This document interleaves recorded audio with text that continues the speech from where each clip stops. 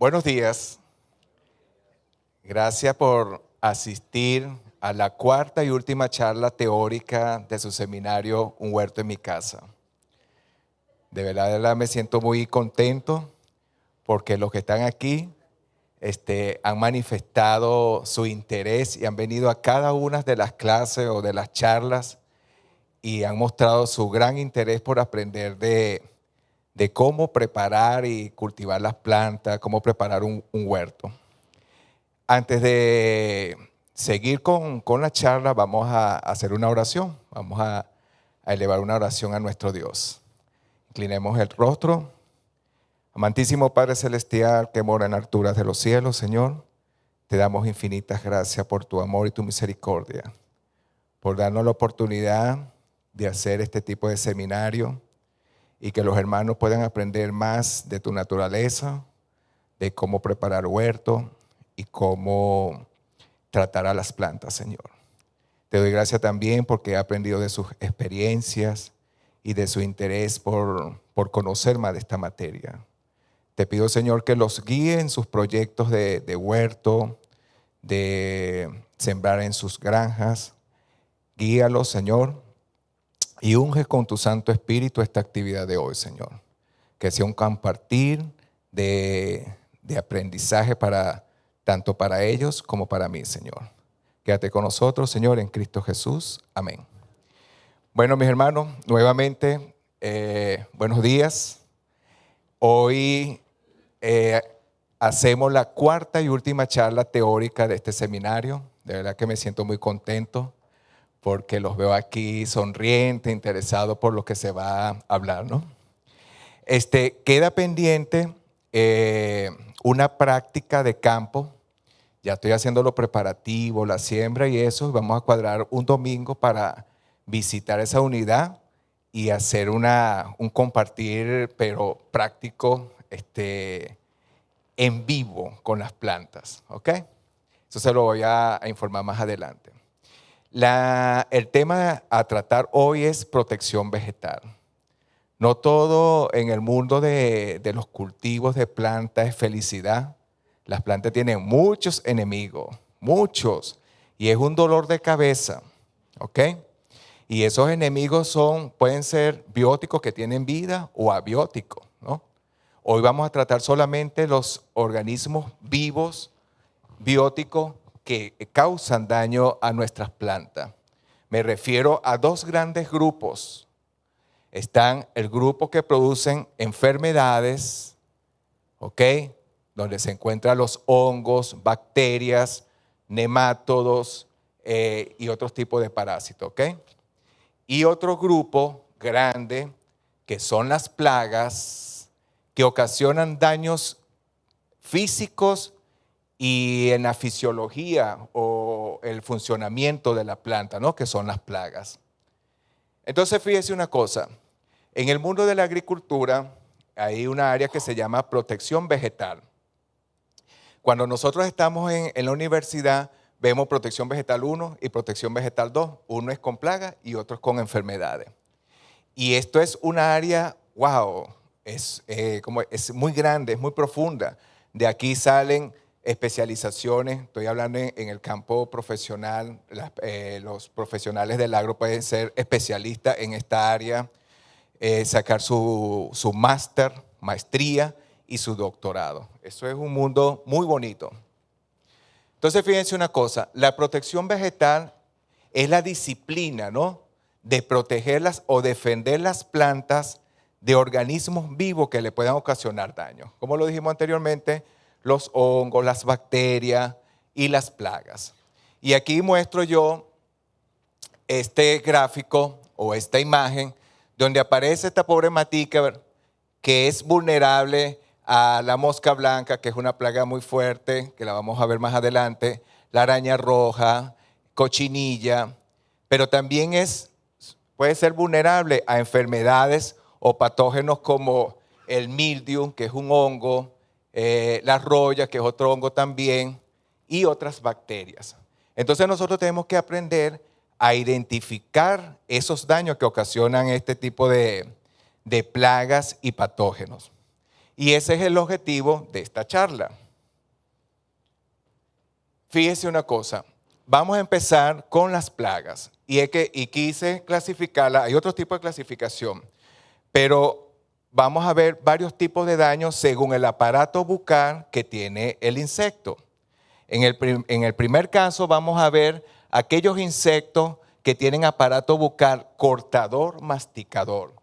Y por eso le coloqué aquí, en este caso, las estructuras de ese aparato bucal.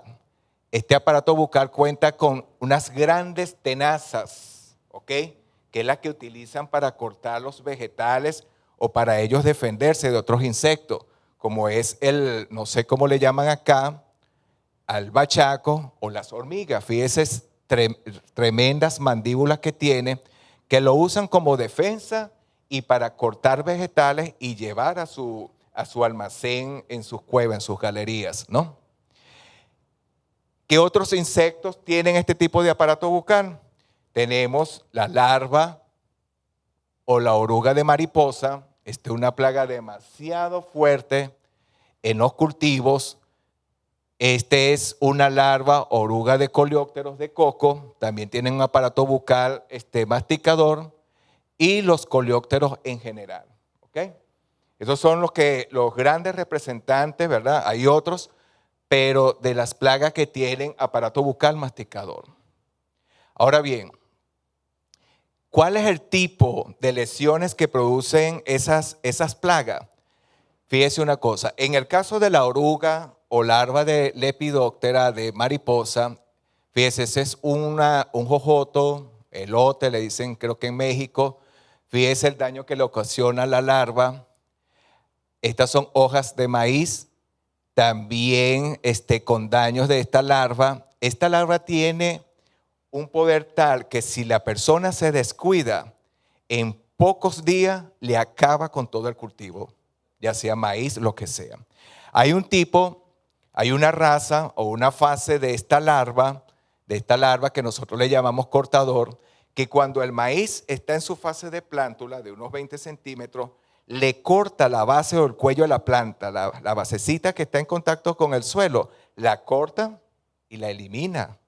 Es una muerte casi que súbita, pues que sufre la plantica ahí. Entonces imagínense ese gusanito haciendo eso en diferentes plantas y va y acaba con una hectárea o una superficie de siembra así, de la noche a la mañana. Hay otro tipo de larvas que son de mariposa también, que son esto. Esta es una planta de yuca, manijó. No sé, aquí no hay en Estados Unidos. Esta es una larva que llega a crecer como 20 centímetros. Es grandísima, grandísima. Y cuando hay gran cantidad de ella, uno escucha así,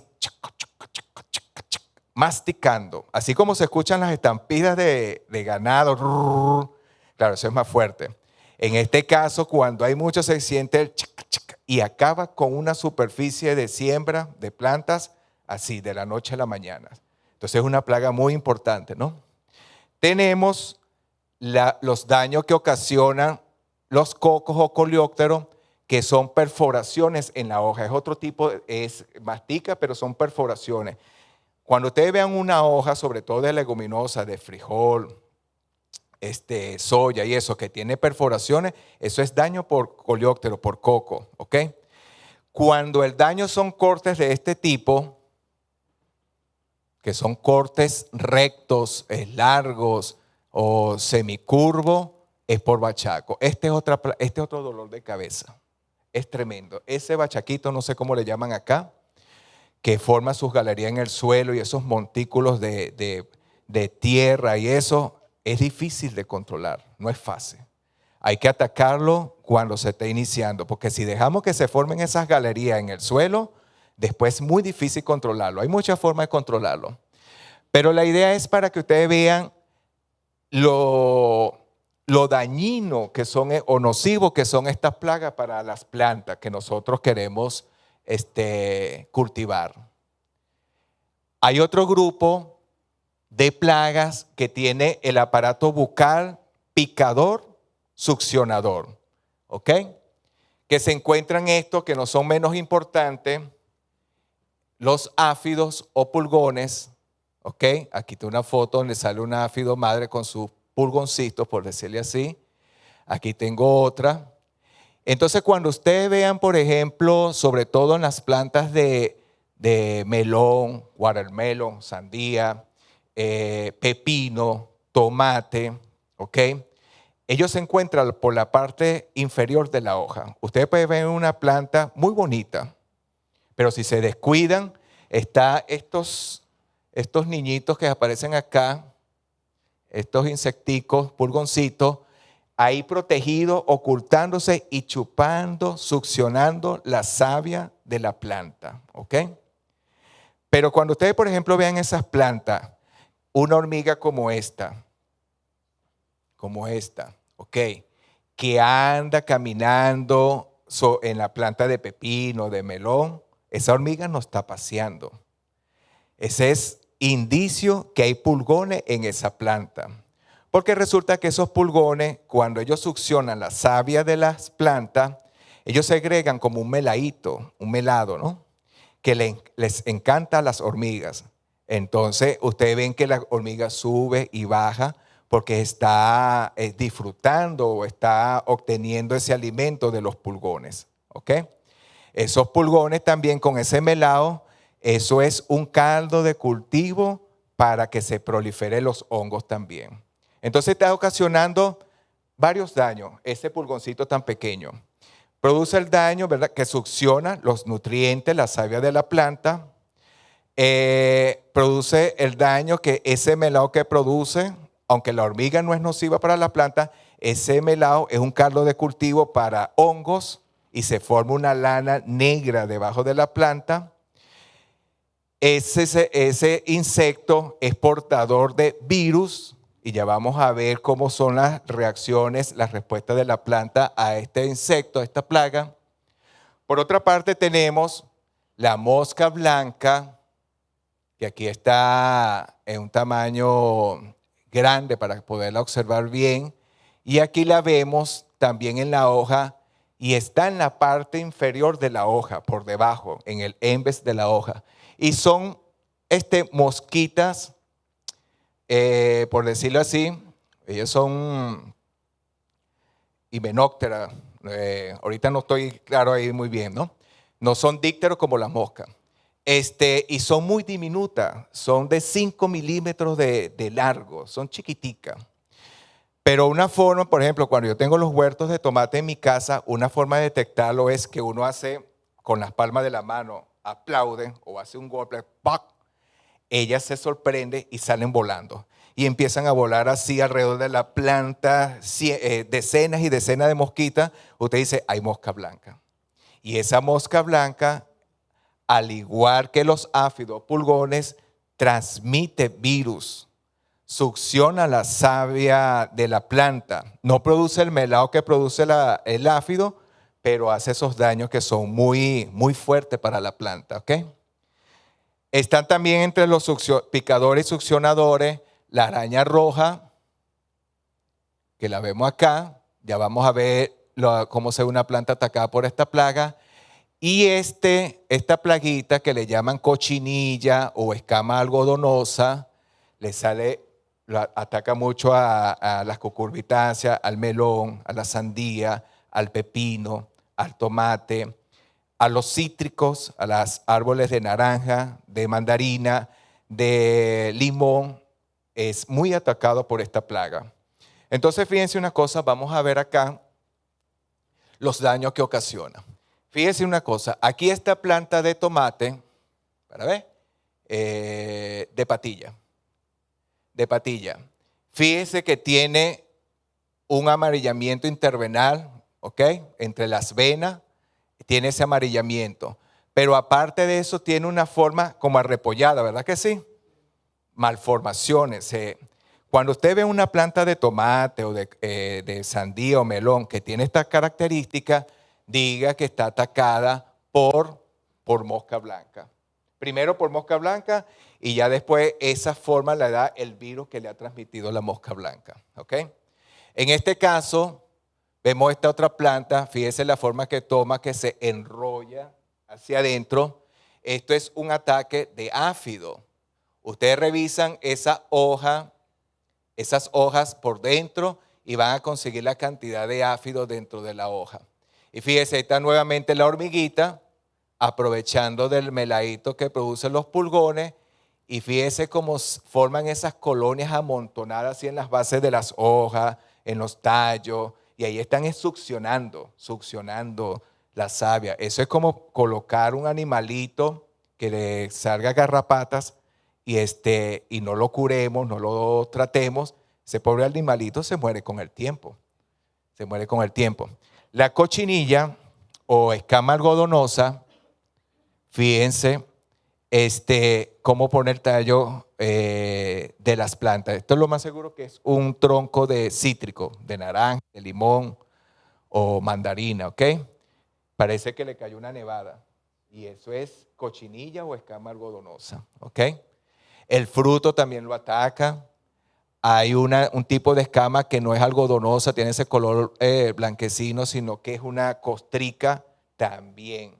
Es una costrica muy finita que se adhiere a las hojas de los cítricos y de las naranjas, y cuando uno la quita queda la marquita. Y entonces, primero, el fruto baja su calidad comercial y las plantas le ocasiona un daño porque le transmite, aparte de succionarle la savia, le transmite toxina que le hace daño a la planta. La araña roja, fíjese cómo se pone las hojas, las plantas. Esta es una hoja de calabaza. Fíjese el daño que le ocasionan las plantas si nosotros no las tratamos. Tenemos otro que es el grupo número 3 con aparato bucal raspador, succionador. En ese grupo coloqué solamente los tricks. Estos tricks son fáciles de reconocer porque fíjense, tiene unos ojos bastante prominentes en la parte superior de la cabeza. Fíjense cómo está aquí. Es fácil de identificar, ¿ok? Este insectico, él raspa la hoja de la planta, segrega una sustancia que degrada esos componentes de la célula, lo hace una licuefacción, ¿ok? Lo hace más líquido y se toma eso. Entonces tiene un aparato bucal como es el intermedio entre el masticador y el succionador, pero ocasiona graves lesiones a las plantas y transmite también virus, es un portador de virus, ¿ok? Entonces tenemos que cuidarnos de este insecto plaga. Y por último, ya no es un aparato bucal, sino que el insecto usa el aparato ovipositor, ¿no? Por donde la hembra del insecto pone sus huevitos. Y tenemos 2 plagas, y las 2 son dípteras, son de las familias de la mosca. Entonces fíjense una cosa, aquí tenemos la mosquita ovipositando sus huevos dentro de la hoja de la planta. De ese huevito sale la larva, que es esta, y forma estas galerías en las hojas de las plantas, ¿ok? Este se llama minador de la hoja. Cuando hay gran cantidad de minador de la hoja, imagínense cómo dejan esas hojitas. La vuelve añico. Esta otro, que es la mosca de la fruta, fíjese el aparato ovipositor que tiene, que es largo, fuerte, rígido, con lo que puede penetrar las costras de la guayaba, de los mangos o de cualquier otra fruta que ellos atacan. Coloca sus huevecillos y de ahí salen las larvas, fíjense, y mire el daño que ocasiona dentro del fruto. A veces uno ve esas frutas bellas, sobre todo la guayaba. ¡Ay, qué bonita! Y cuando la revisa, ese poco de larvas por dentro. Una forma de detectar que tiene gusano es que cuando ella coloca el aparato ovipositor, queda la cicatriz, la lesión, el puntico de la herida. Cuando ustedes ven punticos en la guayaba, en el fruto, ese es porque la mosca ya ha ovipositado sus huevitos. Entonces, esta es otra plaga que hay que controlar, sobre todo porque esto ataca a los frutales de acá también. A todos los frutales que puede atacar lo hacen. Entonces hay que saber cómo controlarlo. ¿Ok? Entonces a grandes rasgos vimos estos 4 grupos, la forma que ellos tienen para atacar y las lesiones que producen en las plantas. ¿Ok? Hay más aparatos bucales, pero no le ocasionan daños a las plantas. Ahora, ¿cómo controlar esas plagas? Esa es la parte más difícil. Esa es la parte más difícil que nosotros debemos conocer. ¿Ok? Entonces, como punto 1, nosotros siempre vamos a tratar de no, ¿cuál es el lema nuestro acá? La consigna es no usar nada de químico. Tenemos que echar manos a los productos biológicos, orgánicos y a métodos prácticos, ¿no? Entonces, fíjese, como punto número 1, tenemos el uso de enemigos naturales, depredadores o parasitoides. Fíjese, en ese mundo de los insectos, es como el mundo así de los animales en África o en la selva, donde el más grande se come el más pequeño, hay parasitismo, igualito. Entonces, cuando nosotros o la persona aplica esas bombas de insecticida, ¿ok? Que eso elimina tanto a las plagas como a los insectos benéficos, entonces nosotros estamos alterando el equilibrio de la naturaleza. ¿Qué pasa? Que cuando ustedes aplican esos químicos, ahí están matando los benéficos y las plagas, ¿no? Pero resulta que las plagas, como ellos se reproducen con gran intensidad, ellos sobreviven. Y al no tener depredadores que los controlen o parasitoides que los controle, prolifera esa plaga y por eso es que cuando ustedes ven esos campos de maíz o de soya, que hay esos boom de plagas violentos, porque no tiene nada que los controle. ¿Ve? Esa es la desventaja de usar productos químicos, insecticidas, que eliminan todo tipo de insectos. Entonces nosotros, si aprendemos a hacer un buen control natural, preservamos la vida de estos depredadores. En este caso, como depredador, le coloqué la foto acá de este coquito. Allá en Venezuela le llamamos mariquita. Y tenemos este otro coquito también, fíjese, ahí se está comiendo una cochinilla en este caso. Y en este otro se está comiendo un áfido. Este coco que le acabo de mostrar, sí lo hay acá porque yo lo he visto. Yo lo he visto. Entonces, sí. Hay unos que se parecen y sobre todo uno lo ve en las leguminosas, en los frijoles, en la soya. Y si ustedes ven que hay perforaciones en las hojas, diga, ese es malo. Ese es malo. Pero si no ve perforaciones en las hojas, no, déjenlo tranquilo. Porque ellos generalmente atacan son las leguminosas. Este tipo de coco al tomate, al melón y eso no lo ataca mucho. ¿Ok? Hay parasitoides como esta avispa que oviposita sus huevos tanto en los pulgones como en las larvas de las mariposas o en las larvas de los cocos. Fíjese, aquí está parasitando un áfido ya adulto, ¿no? Aquí está parasitando otro áfido. Y aquí también parasitan los huevos de esos insectos, ¿ok?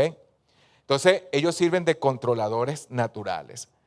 Uno debe dejarlos que ellos sobrevivan para que mantenga el equilibrio de esa fauna, por decirlo así, de insectos. Entonces, este es un paso que tenemos que tomar en cuenta. Preservar la vida de los insectos benéficos, depredadores o parasitoides. En este caso, lo quise colocar acá, poner acotación, porque también se aplican productos naturales como hongos y bacterias que controlan insectos plagas, pero también le pueden ocasionar daño a los insectos benéficos. Entonces, para mí, no lo recomiendo. En el caso nuestro, no lo recomiendo.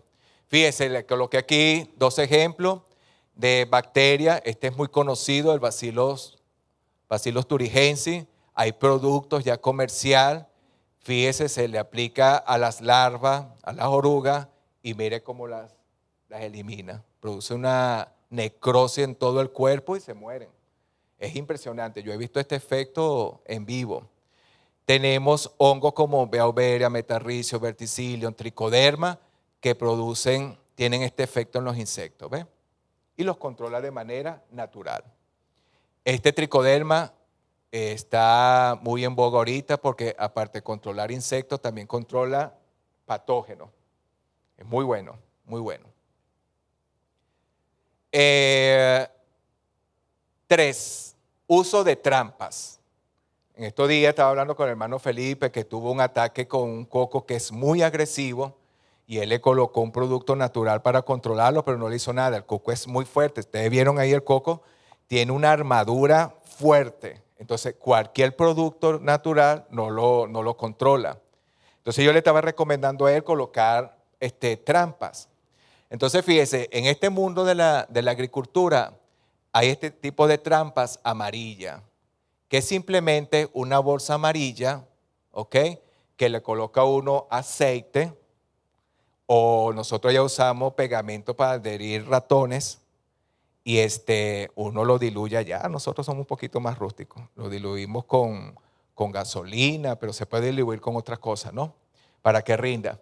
Se empapa el plástico con ese producto adhesivo para que cuando la plaga llegue, que es atraída por ese color, quede ahí pegado. Y es una trampa, pues. Pero entonces también las hay, como le coloqué aquí, se puede hacer con bolsas amarillas, que atrae a los áfidos, a la mosca blanca. Por ejemplo, en caña de azúcar atrae a la candelilla, que también es demasiado nociva para las plantaciones de caña. Acaba con una plantación de caña así de la noche a la mañana también, si uno se descuida. El color azul atrae a los trix, que se acuerda que le dije que tenía aparato bucal, raspador succionador.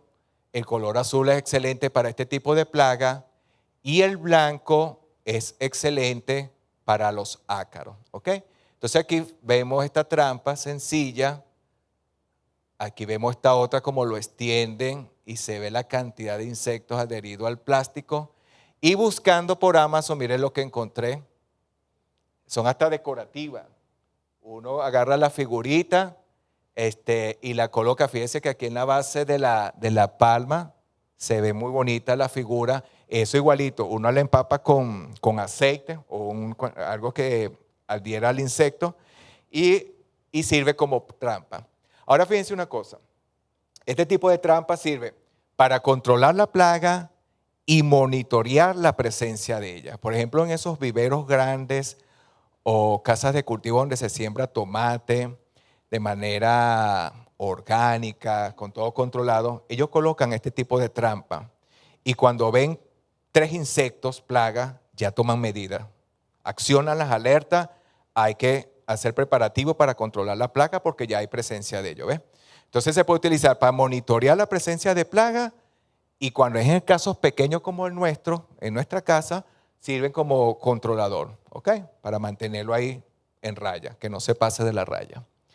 Este otro que ven acá es una trampa para la mosca de la fruta.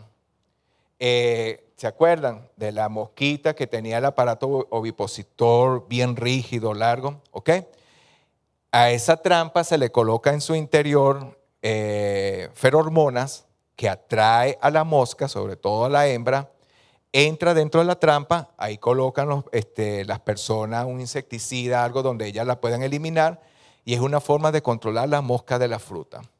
Ustedes se meten en YouTube, por internet, y ahí hay, bueno, pues decenas y decenas de personas explicando cómo se hacen esas trampas. Tanto esta para la mosca de la fruta, como las trampas amarillas. ¿Ok? Entonces, fíjense una cosa.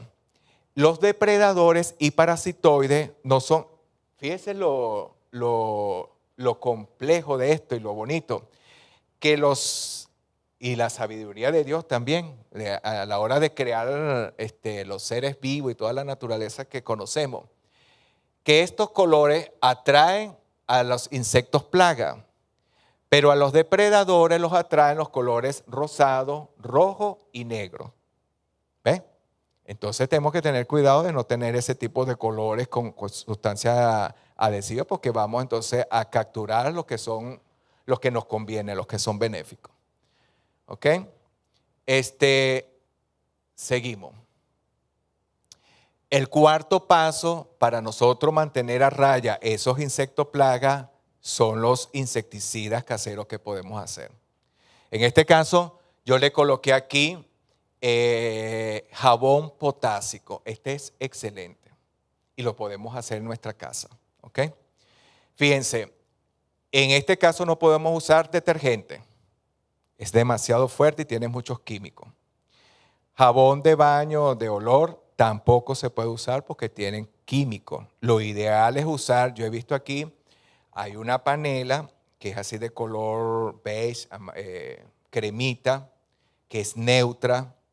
Aunque no es jabón potásico, es buena. Yo la utilizaba en Venezuela y para el control de todas estas plagas que ven aquí, miren, cochinilla algodonosa, araña roja, ácaro, trix, mosca blanca y hasta hongos como negrilla y oidio, es excelente.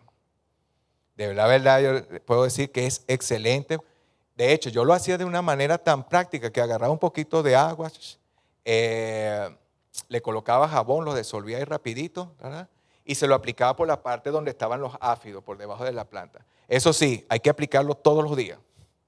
Ustedes pueden tomar un atomizador y hacer su preparado y se lo aplica todos los días. Porque si lo aplican hoy, a la semana van a encontrar eso full de áfido o de mosca blanca o de cualquiera de esas otras plagas. Entonces, este producto es excelente y lo podemos hacer. Yo hice en mi casa muchos jabones de olor. Ya, un momentico.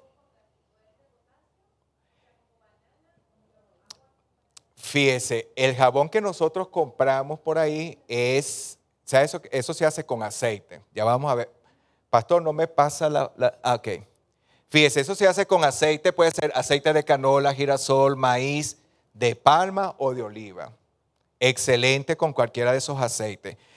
Las industrias usan también sebo de ganado, la grasa del ganado de los animales se derrite y también se usa para hacer jabones. El otro ingrediente es, en este caso, para que sea potásico, es hidróxido de potasio. Pero esos jabones que nosotros compramos por ahí no tienen hidróxido de potasio, sino hidróxido de sodio. Es un poquito más abrasivo. Si lo usamos muy concentrado, le puede ocasionar daño a la planta. Este es bueno porque se dice que ese potasio lo puede tomar la planta para su nutrición. ¿Ok? Y por eso uno recomienda hidróxido de potasio. Y agua, son 3 ingredientes. Eso es lo más fácil que hay. Y en internet, por YouTube lo van a poder conseguir. Bueno, pues por internet pueden conseguir hasta la tabla de saponificación. Eso quiere decir, ahí le van a dar las diferentes opciones, tanta cantidad de aceite, tanta cantidad de hidróxido de sodio o de potasio y tanta cantidad de agua. Y van a obtener un jabón, ahí le va a decir ¿cómo le digo yo? La concentración que tiene ese jabón. ¿Ok? Debemos buscar un jabón que no sea tan concentrado. Entonces, fíjense, aquí las personas se han hecho tan expertos que le colocan colorante y hacen esos jabones así marmoleaditos, muy bonitos. Generalmente cuando se hacen básicos, aceite con el hidróxido de potasio y el agua, el producto es este jabón aquí, así, un color cremita, clarito, o un color marroncito como se ve acá. Exquisito para bañarse, para el aseo de nuestra persona, de nuestro cuerpo, es muy bueno ese jabón, se lo recomiendo. Y aparte de eso sirve para controlar toda esa cantidad de plagas, los pulgones, la cochinilla algodonosa, ¿ok? Ok, los otros productos caseros, aquí se los nombré, porque ustedes los pueden conseguir por internet, cómo hacerlo y todo eso. Pero para mí, estos son los mejores. Yo, por ejemplo, he usado tanto la solución jabonosa como este que aparece aquí, que es un caldo sulfocálcico. Tiene una forma más difícil de hacer porque es con azufre, cal, agua, y hay que colocarlo en un contenedor de metal y ponerlo con altas temperaturas, con fuego, con leña, ¿ok? Por 1 hora, y en internet se ve muy bien cómo se hace. A mí me regaló este producto un colega y de verdad que lo usé y es excelente para controlar todas esas plagas. Ahora podemos hacer maceración de ajos con alcohol, maceración de hojas de tabaco con alcohol, maceración de ají o chile, pero que sean de los bravos, de esos picantes, con alcohol. ¿Y por qué con alcohol? Porque con el alcohol se le extrae mejor ese picante, ¿ok? Esos alcaloides que producen ese picante. Y si por casualidad va un virus, ya sea en el ají o en la hoja de tabaco o en el ajo, el alcohol lo controla. Porque tenemos la desventaja de estos productos es que nosotros podemos transmitirle virus a las plantas. Sobre todo si nosotros aplicamos una maceración de ají en otros ajíes o en tomate, nosotros le podemos transmitir un virus. Ahora, con el alcohol nosotros eliminamos ese virus, ¿ok? Entonces, son productos excelentes. Como le dije también, el caldo sulfocárcico es excelente también para el control de plagas y algunas enfermedades. Y si a estos productos de alcohol con ajo y ají y le colocamos un poquito de solución jabonosa, mejor todavía. Yo le voy a pasar este material, hermano. Sí, así como se lo voy a pasar en PDF, pero para que lo tengan a la mano. Si nosotros estos productos de ajo y ají y hoja de tabaco en alcohol le colocamos una porción de jabón líquido, wow, porque ¿qué es lo que tiene el jabón líquido? Como eso es hecho con aceite, tiene esa grasita, ¿no? Ese aceite que actúa como para que se mantenga adherido a la hoja, ¿ok? Porque si colocamos solamente alcohol, acuérdense que el alcohol es muy volátil, se evapora rapidísimo. Ahora, si le colocamos esa solución de jabón líquido, nosotros impregnamos la hoja y que se mantenga ese control o ese repelente en la hoja por más tiempo, ¿ok? Les recomiendo que le coloque solución jabonosa cuando es ajo, ají o tabaco en alcohol, ¿ok? No sé qué le pasa al control. Pastor, el control no. Le cayó el jabón. Ok. Bueno, entonces, fíjese, por factor tiempo no podemos dar todas las cosas que uno quisiera sobre el control de plaga, ¿ok? Pero, a grosso modo, ahí le di algunos tips para controlar las plagas, ¿no? Y más adelante vamos a complementar con lo que vamos a ver con las enfermedades. Ahora, entramos en el área de las enfermedades, que son ocasionadas por patógenos. En toda enfermedad, hermanos, existe este triángulo, ¿ok? La planta como tal, si es vulnerable o no, los agentes causales, ahí entran las bacterias, los hongos, los nemátodos, los parásitos, esos grandes grupos, ¿no? Y las condiciones favorables o desfavorables que pueda tener la planta. Fíjese, ahí aparece condiciones favorables, pero yo diría más bien desfavorables. Mala calidad del suelo, humedad excesiva, encharcamiento, temperaturas extremas. Todas estas condiciones provocan en la planta estrés. Y las plantas somos como nosotros. Si nosotros vivimos estresados, tristes, ¿qué pasa con nosotros? Nos enfermamos, ¿verdad que sí?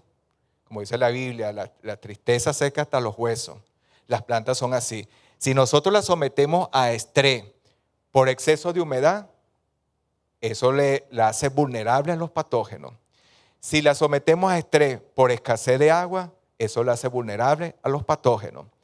Si le damos estrés por temperatura, ya sea por temperaturas extremas hacia arriba, caliente, o fría hacia abajo, eso le ocasiona estrés y la hace vulnerable. Puede ser muy resistente pero la hace vulnerable a los patógenos.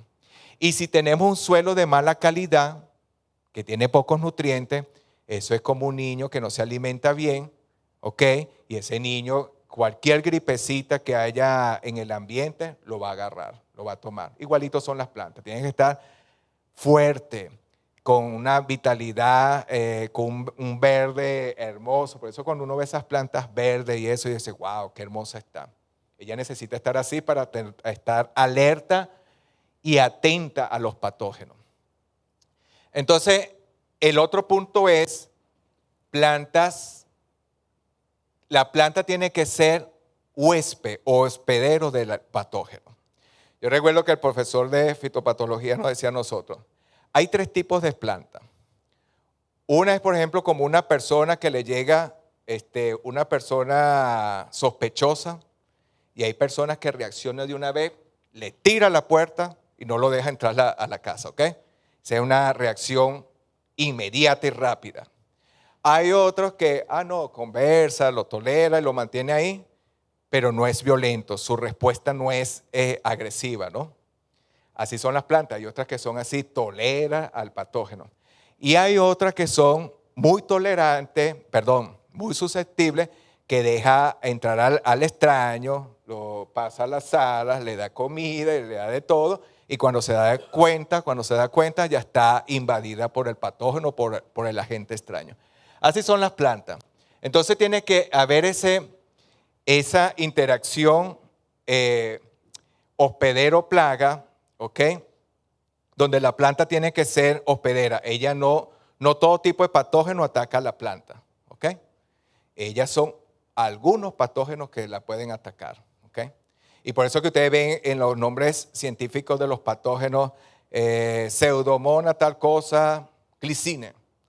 Porque glicine viene de la soya. Ataca la soya, ¿ves? Lo especifican de esa manera. Y bueno, tenemos los patógenos, como le dije anteriormente, las bacterias, virus, hongos, nemátodos y las plantas parásitas. Entonces tiene que haber este triángulo para que ocurra la enfermedad en la planta. Seguimos. Fíjense aquí, vamos a leer aquí textualmente. La enfermedad Pseudomonas syringae, raza glicine, provoca el tixón bacteriano de la soya, mientras que la mancha foliar bacteriana en pimiento y tomate se produce debido a las infecciones de Xanthomonas campestris de la raza vesicatoria. ¿Okay? Ya están bien identificadas para definir a qué tipo de especie de planta pueden atacar. Entonces, al igual como hicimos con las plagas, vamos a ver las lesiones que producen las plantas. En el primer caso tenemos las bacterias. Fíjense las bacterias, las formas que tienen. No sé si se acuerdan cuando vimos la primera charla que le mostré algunas bacterias. Fíjense que ellas no tienen patica, no tienen alas. No, hay unas que cuando mucho tienen un flagelo que es una colita, con que ellos se trasladan de un lado a otro, ¿no? Entonces este tipo de patógeno necesita estar en un medio acuoso, ¿ok? La bacteria. Y por eso que las lesiones por bacteria generalmente son acuosas, ¿ok? Cuando usted ve una podredumbre blanda, así, acuosa, generalmente es por bacteria. Y mire todo lo que provoca. Fíjese, en esta hoja, perdón, un momentico. Fíjese en esta hoja, está la parte necrosada, que es la parte oscura, marrón. Hay 3 fases. Esto es muy importante, por eso se lo coloqué aquí. Hay 3 fases. Está la parte necrosada, que es la parte de color marrón. Está la fase amarilla, que nosotros le llamamos avance, zona de avance del patógeno. Y está la fase verde, que es la zona donde todavía, que es sana de la planta, la zona sana de la planta. Cuando ustedes vean estas 3 fases en este tipo de lesiones, ustedes digan, es por patógeno. Es por patógeno. Porque esa zona amarilla es lo que llamamos zona de avance del patógeno. Cuando ocurre, por ejemplo, que es por quemado,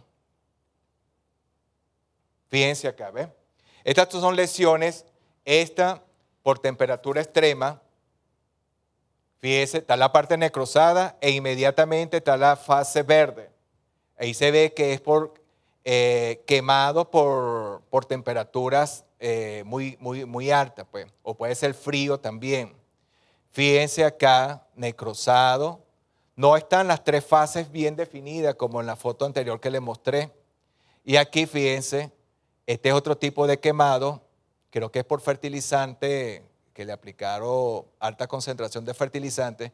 Fíjense que está la parte necrosada y la fase verde inmediatamente. Entonces, cuando ustedes ven a estos tipos de lesiones que tienen dos fases solamente, no es por patógeno, es quemado por una sustancia nociva, ya sea química, por temperatura, ¿ok? Entonces, fíjense, retornando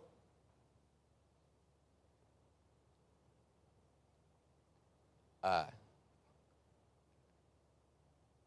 No quiere funcionar bien el control.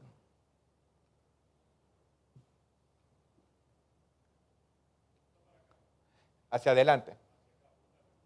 Ok.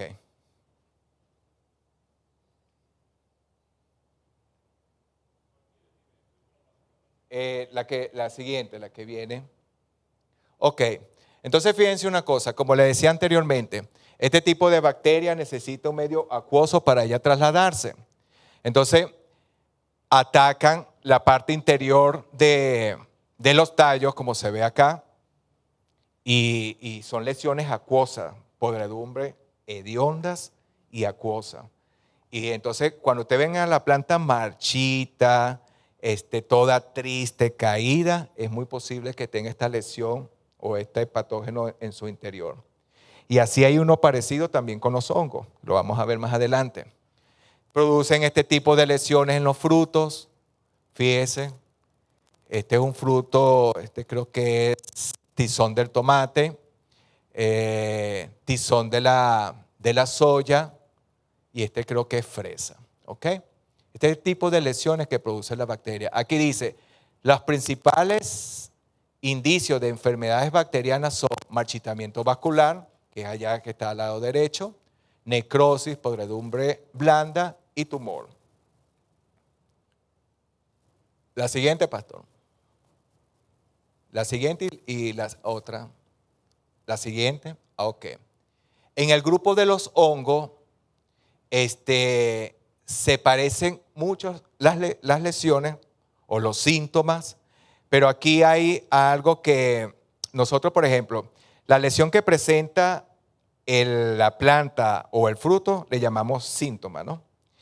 Pero cuando vemos las características del patógeno, le llamamos signo, ¿ok? Entonces, en este caso, generalmente, y ustedes lo han visto, en tomate que tienen esta lesión, tiene como un mucílago en esa parte oscura. Si ustedes ven así como un mucílago, así, ¿cómo le digo yo? Como algodón de color, ya sabemos que es hongo, ¿ok? Esa es la diferencia cuando es con bacteria, ¿ok? En este caso, fíjese, es un mucílago blanco, filamentos blancos. ¿Por qué? Porque los hongos tienen la capacidad de desarrollarse de esta forma, emitiendo filamentos y creciendo, invadiendo otras zonas y se pueden ver. Entonces, este patógeno, fíjese, ataca frutos como la cebolla, fíjese el daño que ocasiona, fíjese acá cómo ataca las hojas también, también los conductos vasculares del tallo los ataca, este es un fusarium, marchita la planta, la elimina, que se pone triste y se muere. Y mire la papa cómo es atacada por este hongo, ¿ok? Entonces, es un patógeno que es bastante nocivo, produce manchas foliares, podredumbre, úlcera, antranosis y exfoliación. Y sus lesiones son más secas, ¿ok? Entonces, para conocer. Ahora, ¿cómo podemos nosotros prevenir esos ataques de bacterias y de hongo? Nosotros tenemos que evitar que el patógeno llegue o el patógeno conquiste o invada a la planta. ¿Qué debemos hacer? Fíjense una cosa. Las bacterias y hongos abordan a las plantas a través de las heridas y los estomas. Fíjense, aquí le coloqué una foto de microscopio electrónico de un estoma. Ese que se aparece ahí es un estoma de una planta.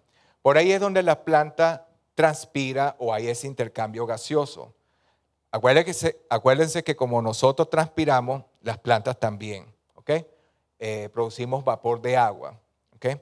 Entonces, si nosotros no hacemos prácticas agrícolas como adecuadas, nosotros hacemos que la apertura o cierre de su estoma ¿cómo le digo?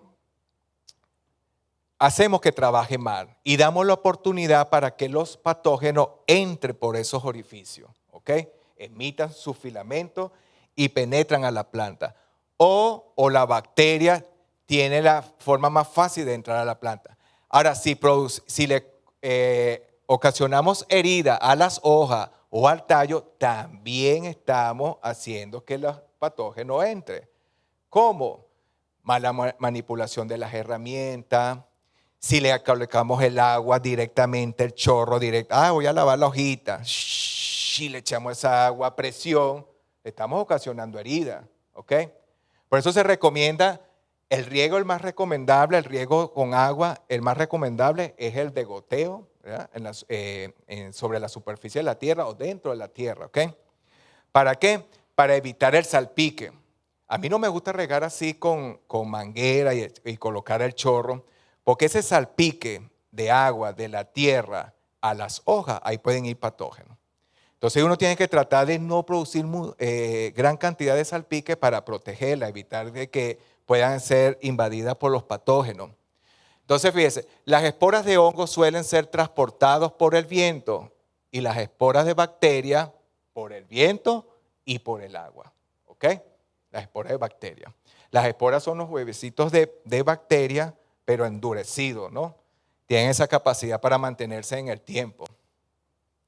Evitar hacinamiento de las plantas. ¿Qué quiere decir eso? Debemos respetar las distancias de siembra. No podemos sembrar las plantas pegaditas unas con otras, porque entonces ella necesita que entre el aire, que haya ventilación. Imagínense nosotros, un grupo de personas dentro de un contenedor pegadito.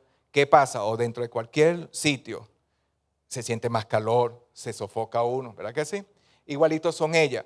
Si uno no permite que entre el aire y haya ventilación, ellas no pueden transpirar como debe ser. Entonces es necesario que respeten la distancia de siembra de cada cultivo. No sembrarlas tan juntas, porque entonces eso permite que estos estomas no están en unas condiciones adecuadas y se abran o se cierren. Y entonces permitimos que el patógeno pueda entrar, pueda ser invadido. Entonces nosotros tenemos que ayudar a la planta a estar resistente. ¿Ok? Mantener las plantas bien nutridas. Como le decía anteriormente, tienen que estar nutridas por muchas razones. Una es, las plantas en las hojas tienen sensores, ¿ok? Sensores bioquímicos. Ella al detectar que llega un patógeno a la hoja, de una vez activa las alarmas y cierra los estomas, produce tricomas y empiezan a generar los mecanismos de defensa. Ya tienes un mecanismo de defensa, no como nosotros tenemos sistema inmune, ¿ok? Ella tiene un mecanismo de defensa, ¿ok? Y las activa. Entonces una planta triste, desnutrida, cuando le llega el patógeno y se da cuenta, ya es demasiado tarde, ya el patógeno ya la invadió, ya, porque toda su poca energía la tienes para ella sobrevivir y no la tiene para activar los mecanismos de defensa. Entonces por eso tiene que estar bien nutrida para que esos mecanismos de defensa actúen de inmediato, ¿ok? Evitar el estrés por exceso o por escasez de agua, como le dije anteriormente. Yo recomiendo, yo sé que eso no se puede hacer en todos los sitios, en todas las circunstancias, regar al final del día. Regar al final del día, porque si nosotros regamos al mediodía, donde está ese sol bien intenso, primero provocamos que esa agua que se está colocando se evapore y formamos un microclima con una humedad súper elevada, que eso es la condición ideal para los patógenos, ya sea hongos o bacterias. Ellos necesitan unas condiciones de humedad alta para ellos reproducirse, ¿no? Para que esa espora germine. Lo otro es, recuerdo que nos explicaban que cuando ustedes riegan, entonces hay una alta disponibilidad de agua para la planta. Y la planta, por un lado, succiona el agua y por otro lado tiene que escapar en forma de vapor. Una parte del agua la usa la planta para sus funciones fisiológicas, creación de tejido y de células, y la otra se va en vapor. Entonces, si ustedes colocan agua y está ese sol inclemente, wow, esa pobre planta tiene que abrir esos estomas, abrir esos poros para que salga esa cantidad de vapor, porque ya está como una marmita y bajo presión, con imagínense una lámina foliar así de este tamaño que le pega el sol. Oye, ese vapor de agua está que quiere salir.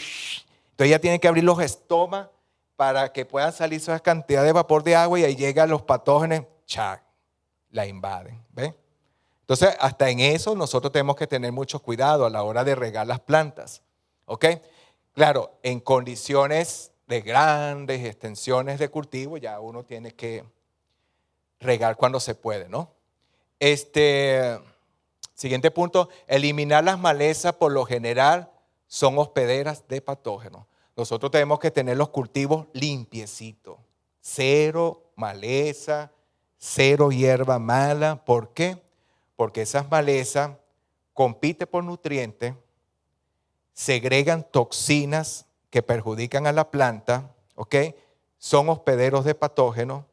Entonces, imagínense esa pobre plantica ahí con un mal vecino. Eso es como tener un vecino que no tenga las normas de convivencia, de buena convivencia bien clara, ¿no? Y le coloca el equipo de sonido a todo volumen y eso le retumba a usted en el oído. Es algo parecido o peor que eso, ¿no? Siguiente, en lo posible evitar regar desde arriba para evitar el salpique, ¿verdad? Del agua de la tierra a la hoja. Y muy importante, usar semillas o plántulas sanas. Si nosotros empezamos con semillas infectadas con patógenos o plántula infectada con patógenos, como decimos allá en mi país, ya llevamos un tiro en el ala. Ya eso comienza mal y termina mal. ¿Ok? Entonces, en síntesis, esos son los puntos que debemos tomar en cuenta para prevenir prevenir los ataques de los patógenos y tener unas plantas saludables, aptas para defenderse con sus mecanismos de defensa bien puestos y no permitir ser invadida por patógenos.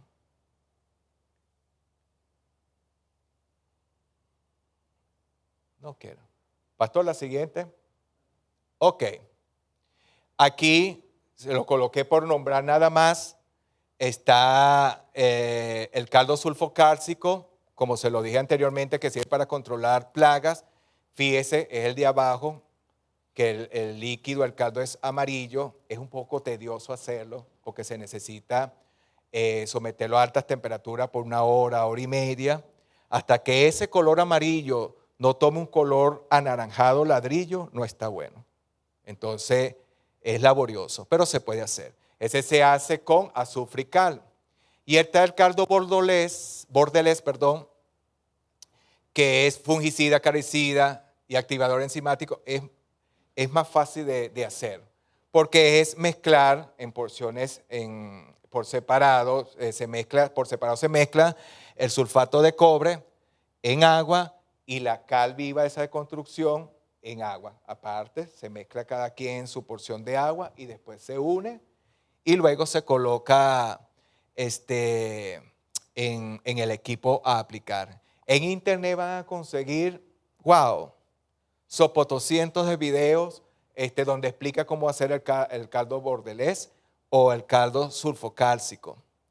Este es, bueno, pues milenario, el caldo bordelés. Tiene muchos años. Solo recuerdo que nos contaron que se fue creado porque un un productor de uva, para que no le comieran las uvas, crea ese caldo, ¿no? Y como él es feo y tiene un olor feito, entonces se dio cuenta que las uvas tratadas con ese caldo no se enfermaba. Y de ahí nació ese caldo bordelés. Pero eso hace cientos de años. Caldo bordelés. La siguiente, pastor. Este es otro virus. Este es tremendo también. Todos son muy nocivos. Todos esos patógenos son nocivos. Este virus es una molécula de ARN y tiene la capacidad de entrar en la información genética tanto de las personas, de los animales y en este caso de las plantas. Y hace lo que él quiere. Cuando se instala, hace lo que él quiere. Pero entonces, ¿qué nosotros para determinar si es virus? Cuando usted vea un amarillamiento intervenal, como se ve aquí en esta planta de tomate, bueno, esa que está ahí en el centro, en la parte superior, que tiene verde entre las venas y el resto es amarillo y tiene esa forma arrepollada, eso es virosis. Ese es virus. Si el amarillamiento intervenal está, pero la lámina está normalita, planita, eso ya es una deficiencia de algún microelemento, ¿ok? Ya esa es otra cosa que no lo vamos a tomar en cuenta hoy. Pero cuando tiene esa forma repollada, ya ahí esa planta de tomate fue atacada por mosca blanca. Y ya lo que viene es eso, toda la planta con esa característica. Aquí en la parte derecha inferior tenemos otra, fíjense, las características como se presenta el virus, malformaciones, las plantas corrugadas, manchas anulares, fíjese aquí el pimentón con toda esa cantidad de manchas circulares, redondas. El virus anillado de la lechosa, fíjese, aparecen manchas grasosas en formas de anillo. Ustedes ven una lechosa así, la revisan por dentro y está todo fea, ya está toda dañada. El tomate, fíjese, con sus manchas anulares, ese color amarillento y manchas rojas, rojizas, dentro de la parte lesionada de amarillo. Y fíjese, aquí está otra forma de cómo se manifiesta el virus. Entonces, característica principal de un ataque de virus es que las hojas estén arrepolladas o malformaciones. Ya la vamos a ver aquí. Siguiente, pastor.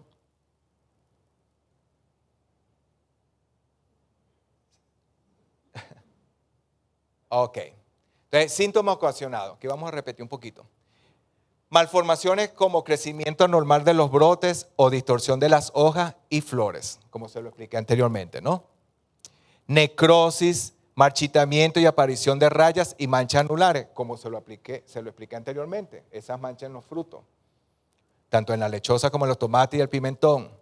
Enanismo en parte de la planta o como en toda la planta. En este caso, como se ve ahí, esa cebolla del lado derecho, la parte inferior, fíjese la malformación que tiene, la característica de enanismo, eso es por virus.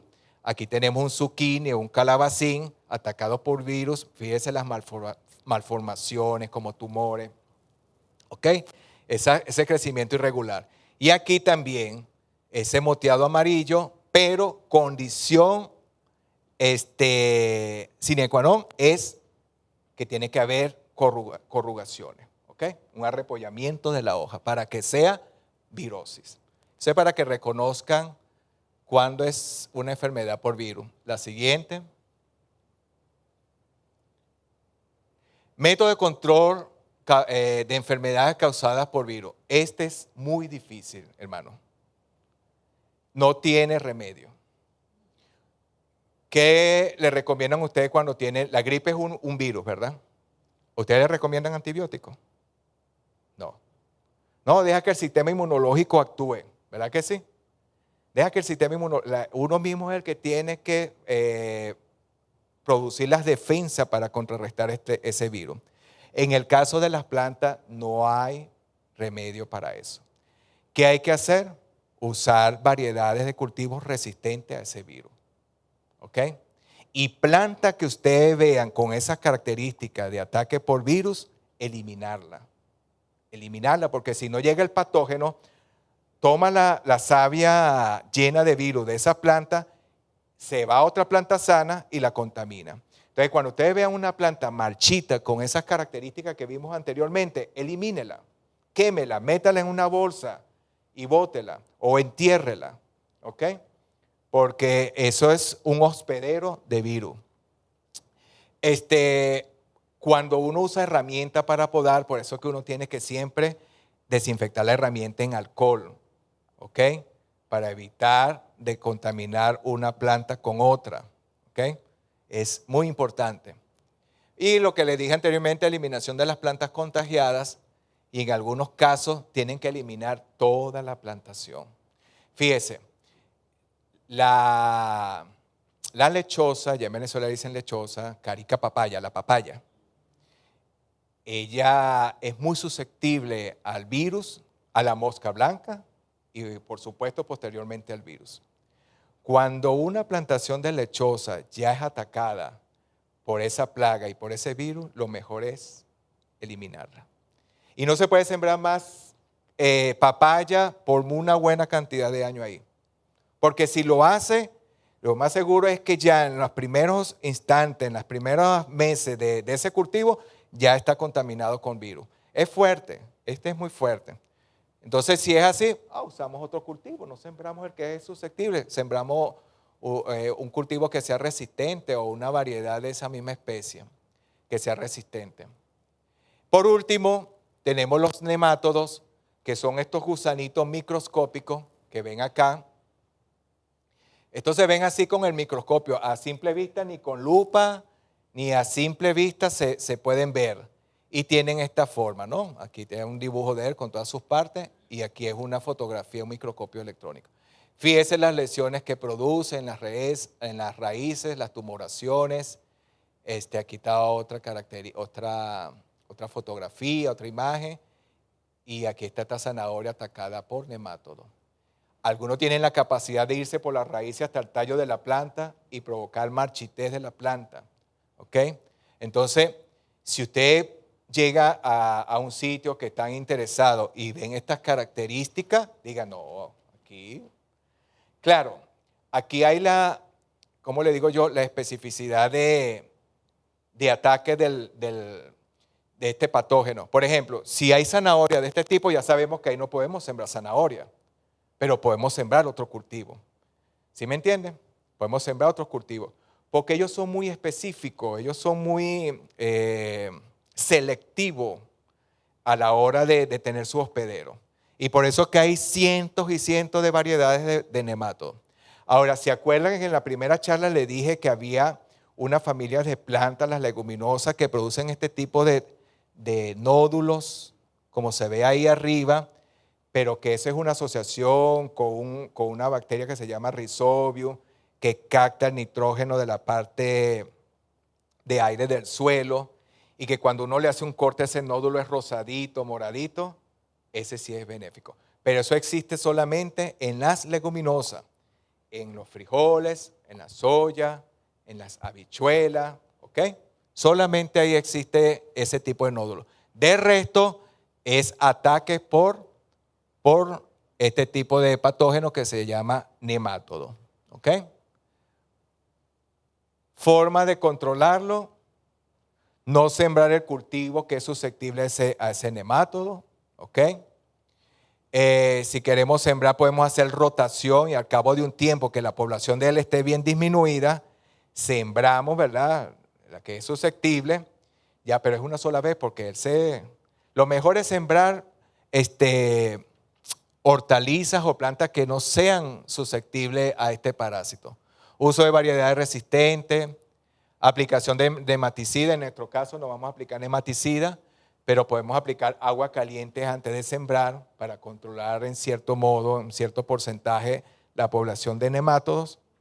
O hacer solarización, que es en nuestro cantero, ¿verdad? Le colocamos arriba un plástico, ¿ok? Para que le llegue la luz solar y ahí se hace un microambiente caliente, se deja ahí por 2 meses y eso controla en cierto modo, reduce un gran porcentaje la población de nemátodos. Pero lo otro sería aplicar nematicida, que en nuestro caso no lo vamos a hacer.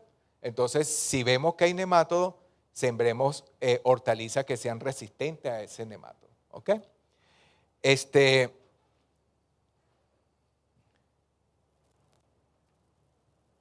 Creo que esto es lo último.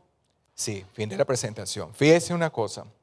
La idea de esta charla era mostrarle muy superficialmente cómo son las plagas, para que ustedes las puedan identificar, cómo pueden controlarla, puedan identificar por medio de la sintomatología de las plantas qué patógeno está atacando la planta y cómo poderlo controlar.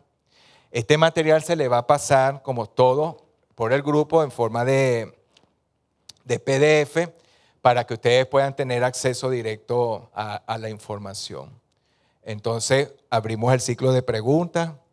¿Qué incertidumbre? ¿Qué quieren saber? Algo que no hayan entendido.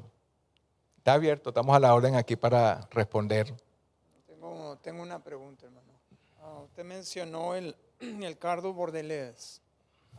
¿Ese se aplica superficialmente a la planta o al árbol o se aplica también a parte de la raíz?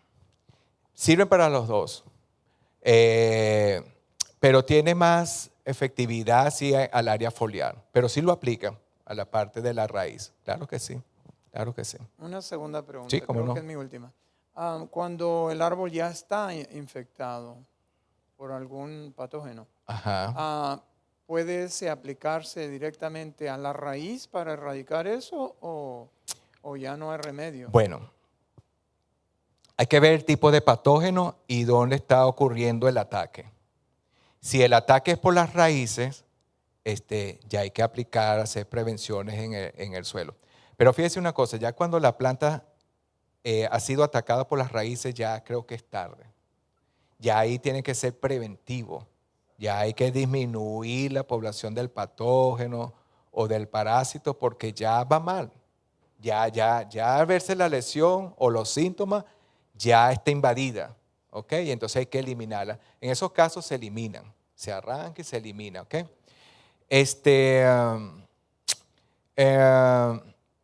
Las aplicaciones, bueno, tienen que ser foliar. Ahora, cuando, por ejemplo, una rama de la planta o del arbolito está atacado, nosotros podemos hacer poda también. Las podas son para eliminar esas plantas, ramas secas, hojas secas. Entonces uno aprovecha y le hace su poda para que se aire mejor, le llegue mejor la luz solar a toda la copa del árbol o de la matica, ¿ok? Y después le hacemos la aplicación con el caldo bordelés o con el caldo sulfocálcico. La poda, me faltó colocarla acá, es una herramienta también muy valedera de hacer para controlar las enfermedades.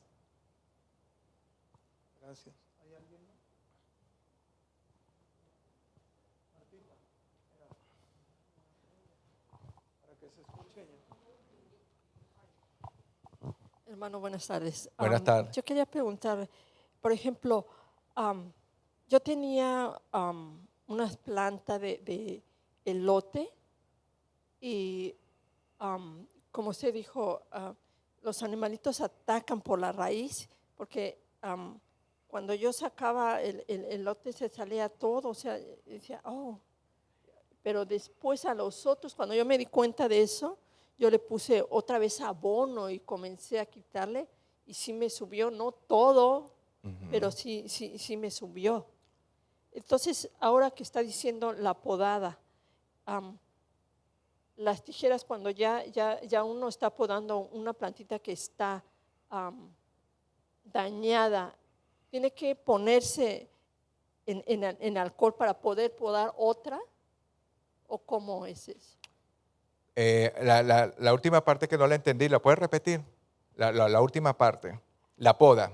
La poda, con las tijeras que uno está podando. Ajá, ok. Una plantita ya dañada. Sí, las tijeras se pueden usar para podar otra o se tiene que poner primero en el alcohol para poder podar otra. Usted se dio la respuesta. ¿En alcohol o cloro? El cloro también se utiliza para desinfectar las herramientas de corte. ¿Oyó?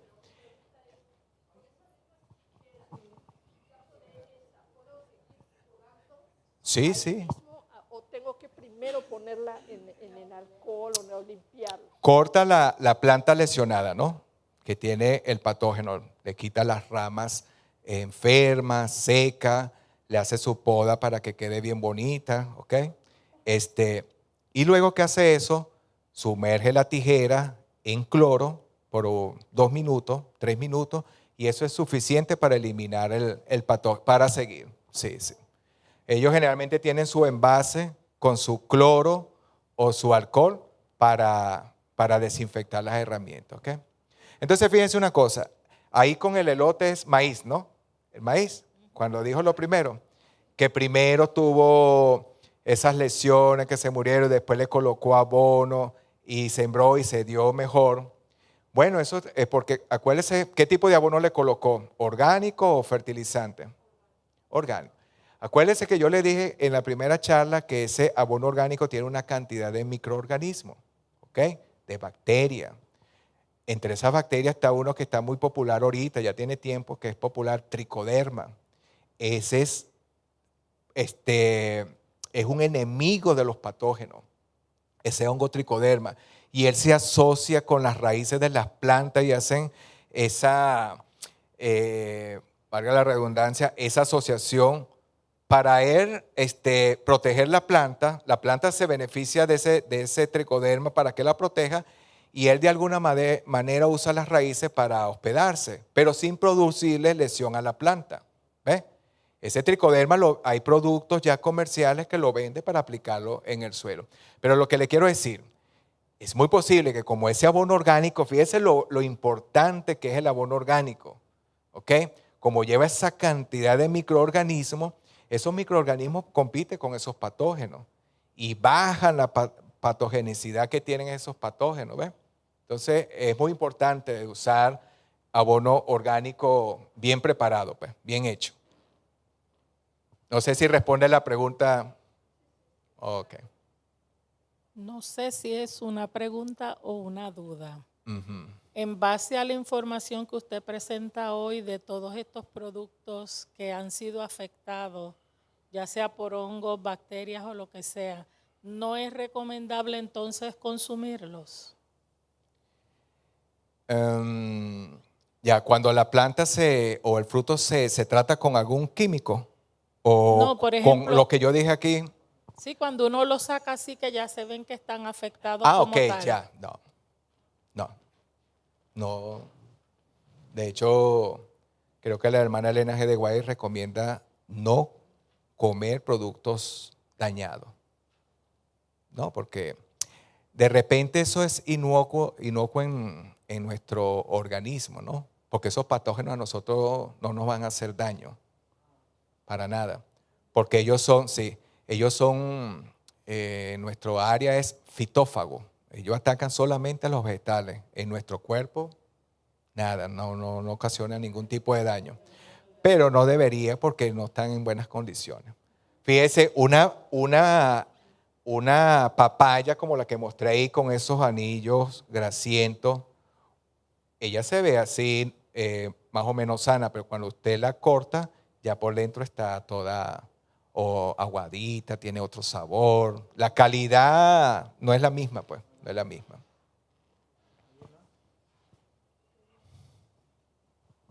Yo tengo una plantita que se me quemó, la puse en día se quemó por el invierno. Se quemó por el sol. La tenía en el invierno en la casa y la saqué afuera, hizo un día de sol y la quemó. ¿Se le puede podar y salvarla o no? Ya no tiene remedio. Si está sequita, es posible que usted la puede podar porque ya esas hojas o ramas que están secas ya no van a sobrevivir, ya están secas. Uh-huh. Pero sí hay probabilidades que... ¿Se puede podar? Sí, le quita las hojas secas, las ramas secas, para estimular el crecimiento de los retoños. No sé. Mire, la planta tiene puntos de crecimiento, ¿no? Uh-huh. Que están en las yemas, ¿verdad? En las axilas de las hojas o al final de las ramas. Esos son puntos de crecimiento. Mientras eso no se muera, ella tiene probabilidades de sobrevivir, de seguir viviendo. Gracias. Así que no la elimine todavía.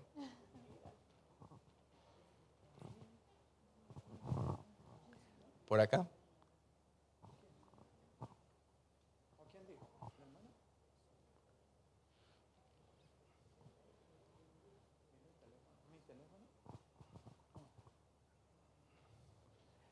¿Alguna otra duda? ¿Alguna otra pregunta? Entonces, bueno, para concluir, ¿qué debemos hacer con las plantas para que estén ellas con esos mecanismos de defensa dispuestas ahí para defenderse, para prender las alarmas y defenderse? Tenemos que tenerlas bien nutridas, en buenas condiciones, que no estén hacinadas, que no esté con maleza, el riego, todos esos puntos son muy importantes, ¿ok? Para nosotros ayudarla a que se defienda de los patógenos, ¿ok? Si tenemos una planta débil, desnutrida, esa no va a llegar muy lejos. Bueno, hemos terminado con la charla. ¿Se acabaron las Gracias preguntas? por asistir. Creo que se acabaron las preguntas. Sí, yo creo que sí. ¿Cuántos agradecemos a nuestro hermano Argenis por tanta información? Es increíble cuánto tiene en su cerebro. Muchas gracias. Yo creo que todos estamos agradecidos por eso. Y ojalá que siga, porque necesitamos más. Necesitamos más información todavía. Bueno, estamos a la orden. Queda pendiente la práctica de campo, ¿ok? Ahí yo quiero mostrar, con el favor de Dios, quiero mostrar por qué uno hace la poda al tomate, al melón, a la sandía, para hacer cultivos verticales, ¿no? Y quiero dejar muestras de los que no se le hacen poda para que vean la diferencia, ¿ok? Y bueno, y hacer un día de campo ameno. No va a ser muy largo porque eso es pequeñito. Eso es un área como de 10 por 10 metros y no es mucho lo que se puede explicar ahí. ¿Okay? Estaría bien Pero, un tutorial, ¿no? Sí, Muy sí. bien. Entonces, queda pendiente eso. Y bueno, y gracias por asistir a las diferentes charlas. Yo sé que he aprendido mucho de ustedes también, porque cuando me preguntan y esa serie de cosas y las sugerencias que hacen, uno también aprende de ustedes. Y bueno, esta es mi profesión y todos los agrónomos, esto es básico para los agrónomos, ¿no? Pero como le dije yo en la primera charla, yo quiero que ustedes sean pequeños agrónomos, que tengan conceptos, sepan manejar esos conceptos a la hora de ver esos productos en las tiendas agrícolas, toda esa serie de cosas, ¿no? Esa era la idea del seminario. Muchas gracias por asistir, de verdad. Y bueno, Muchas gracias a hemos usted, terminado. Argenis. Creo que los más favorecidos somos nosotros, ¿sí o no? Vamos a darle un aplauso. Gracias, gracias. Gracias, gracias. Ojalá que siga eso. Como alguien ya mencionó, Lili mencionó, esto debe seguir para que nos dé más documentación, más información de todo esto. Es el único agrónomo que tenemos, Bueno. que yo sepa, ¿no? Gracias por venir. Gracias a todos. Tenemos el refrigerio. Yo creo que dentro de un mes, sí, porque compré unas semillas de melón y de sandía. Oye, el vigor, las planticas así. Compré otras de calabacín, de zucchini, hermosas. Vienen con un vigor y una fuerza tremenda. Por eso yo le decía, en las charlas de la semilla, es muy importante la forma como de conservación de la semilla, porque hay que garantizar que ella mantenga el porcentaje de germinación y el vigor. Puede germinar, pero si no tiene vigor, es una planta que no crece. Y generalmente esas semillas que vienen en sobrecito ya están viejas. Ese sobrecito no controla la pérdida o ganancia de humedad y envejecen. Entonces hay esos resultados de esas plantas que no crecen, chiquiticas, uno le hace de todo, le coloca fertilizante y van ahí. Pero tengo una cebolla que va muy bonita, Dios me la cuide, espero que esté bien para... Y, sí. Ujú. Ajá, pero un año, pero déjela 2 años para ver cómo va bajando la...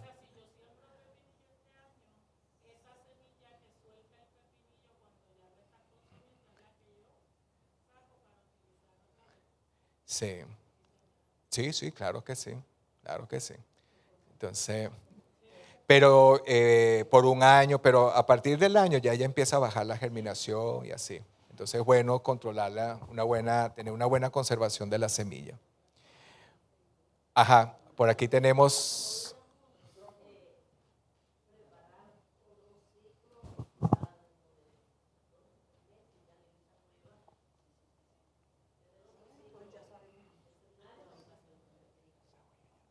Estoy ronca. Que si podríamos preparar otro ciclo de seminarios dentro de algunos meses para, ya que estamos en la otra iglesia. No sé, déjeme, hay que pensarlo, porque como también hay unos videos, en todo caso sería, hay que discutirlo, pues. Pero yo estoy dispuesto, si quieren que se haga, yo lo hago. Claro, entonces tendría que buscar, para no ser repetitivo, buscar qué me faltó decir en estas charlas, ¿ves? Un complemento. En qué, exacto, sí, sí. Por ejemplo, la primera charla, no sé si el pastor, ¿está grabando, pastor? Ahorita en el receso, en el break que vamos a tener, vamos a hablar algo, ¿ok? De la primera charla. Sí. Entonces, podemos discutirlo, ¿ok? Ok. Entonces, Argel, no te digo gracias, sino hasta luego, como dicen, ¿de verdad? Porque vamos a continuar. Amén, vamos amén. a pedirle a nuestro pastor que nos despida en oración. Ahora oramos por acá. Señor, gracias por la sabiduría que has colocado en nuestros hermanos en diferentes áreas de la vida, que nos nutren, nos fortalecen, nos ayudan a vivir mejor aquí en la tierra en tanto tú regresas. Bendice a Argel y su familia, prospérale en gran manera y gracias por la buena disponibilidad de su corazón de enseñarnos a cómo mantener nuestro huerto orgánico. Bendice también la gente que nos ve a través de la internet y que los muchos que serán bendecidos a través de los años con estos videos. Te amamos mucho, bendice su casa. En el nombre de Jesús, amén. Amén. Muchas gracias. Dios los bendiga a todos.